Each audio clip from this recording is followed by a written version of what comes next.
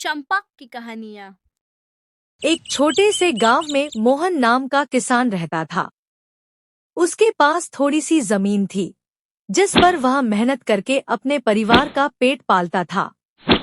वह ईमानदार था, लेकिन उसमें एक कमजोरी थी, लालच। उसे हमेशा लगता था कि उसके पास जितना है, उससे ज्यादा होना चाहिए। एक दिन खेत जोतते समय मोहन को मिट्टी में कुछ चमकता हुआ दिखा। उसने पास जाकर देखा तो वह एक सोने का सिक्का था। मोहन बहुत खुश हुआ और मन ही मन बोला, अगर एक सिक्का मिला है तो जरूर यहाँ और भी होंगे। उसने पूरा दिन उस जगह की खुदाई की, लेकिन उसे और कुछ नहीं मिला। थका हुआ मोहन घर लौटा, पर अब उसकी नींद उड़ चुकी थी। वह हर रात सपनों में सोने के सिक्के देखने लगा। अगले दिन वह फिर खेत में गया और गहरा खोदने लगा। कुछ ही देर में एक बूढ़ा साधु वहां से गुजरा। उसने मोहन को देखा और पूछा।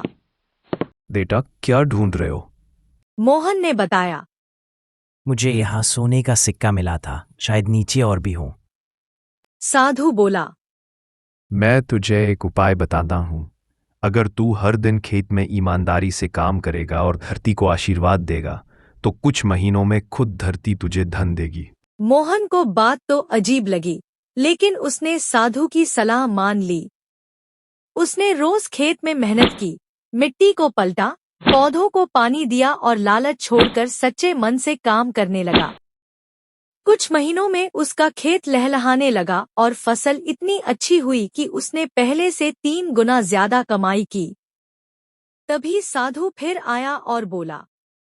देख बेटा, धरती ने तुझे सोने से भी बड़ा खजाना दिया, तेरी मेहनत का फल। मोहन समझ गया कि असली धन सिक्कों में नहीं, बल्कि मेहनत और संतोष में है। इस कहानी से हमें यह सीख मिलती है कि लालच इंसान को अंधा बना देता है, लेकिन मेहनत और संतोष सच्चा सुख देते हैं।